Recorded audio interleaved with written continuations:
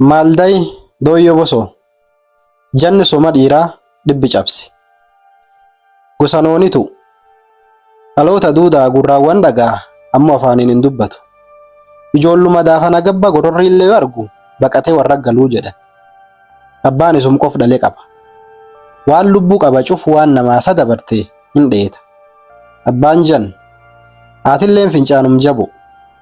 Tan abbaan nama beeku raag dhaqe. Jennaan raagii horiitti qalii buulteessisii abbaan jedhe. Abbaalleen goromsuloonii hasagal dhale sallanuu jala qalee buulteessise. Foonillee fula nyaata qaba. Dhiig dhuga. Itti waabee nyaachise. Booranattiin duullaa jedhee duulu buufate. Tan Maaldayi dhaga'ee waraana wanta fudhate gutumee duub taa'e. Ha jedhan hin ka'u. Oofan hin oofamu. Dhowwanillee hin dhowwamu.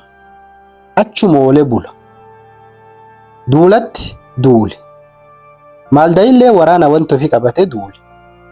Inni waan itti duulan hin beeku. Duulkaanti laf barraaqi jedhanitti arbaan ba'ee jennaan Maaldayi galda'ee duul keessa utaalee horma arbaa qoqoora ijjeesee wanni itti duulan kammoo jedhee duulkaan gaafate. Milikeetoyitiin gaafataa malee afaaniin hin dubbatu beeka. Jennaan wanni itti duulan kan ta'uu baattullee tullee mirga dhiirshanii jedhanii dabran. Duulkaan tammallee lafa rap jedhanitti jaldeessaan ba'e. Jaldeess gaaraa waloose. Maaldaan mallee duulum keessa utaalee hoota jaldeessaa hawwaraanin qaacar qabee duulatti hin gaddeebi'ee wanni itti duulan kammoo jedhee duul gaafate. Kanaanitii jedhanii labbuuse dabre.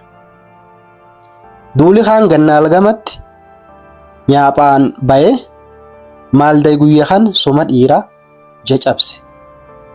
Duul kana duuba sidi gatee geeraree akkan jedhe. Barraaqi arbaan sirbi raphi jaldeessaan sirbi. Sirbaan galgalu Maaldayi dooyyoo bosoo. Barraaqi arbaan sirbe raphi jaldeessaan sirbe. Sirbaan galgalu Maaldayi dooyyoo bosoo. Nami fuudhu cufti tanum jedha. Duuli kaan tanuma lir marseetiin jedha. Durii booranii dhagayi qabaa jedhan namu waan gannaal gama dhaga'u. Galgal waarii adoo biddirta taanii abbaan Maaldayi dooyyoo bosoo jaartii isaa haadha Maaldayi yaame isiniiti tana. Yee an jireenna maqanuudhaan hin beeku. Du'a maqanuudhaan hin beeku. Beenni al jirkuni maqanu dha'uu jira dhageetta jedhee jaartii gaafate. Jaarsi yoo kana geerarsa Maaldayiin duuli cufti geeraruu jir kan dhagaa. As jaartiini ati manaan taphatte jettee qarcaa jettee bootte. Yoo siiti ilmisiitti waraan irratti du'e tanaaf bootte. Duuli kaan nyaaphu dabsatee galee warraan ba'e. Nami deemu cufti barraaqi arbaan sirbi raphi jaldeessaan sirbi. Sirbaan galgalu Maaldayi dooyyoo bosoo qof jedha. Tana dhiirti cufti walirra naannessitee geerarti. Warraan baraanii ennaan warri torii. Jennaan duub hokkoblaa haati jannin seetu jannu waan ifii dhaltin seetuu baanan taani jaartiin haadha Maaldayi waraan cabsaan caacceffate deema. Hafi kanan seetu ceete bir dabarti.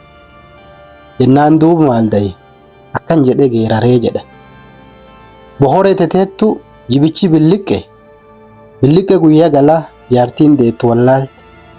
Billiqqe guyyaa galaa sorooroo naam taate. Guyyaan inni qara dubbate kan jedhe. Achirra ka'ee jannoom isaatu ufirri hin deebinee jedha. Nami soma dhiiraa 100 cabse kan Maaldayi dooyyoo bosoo kan.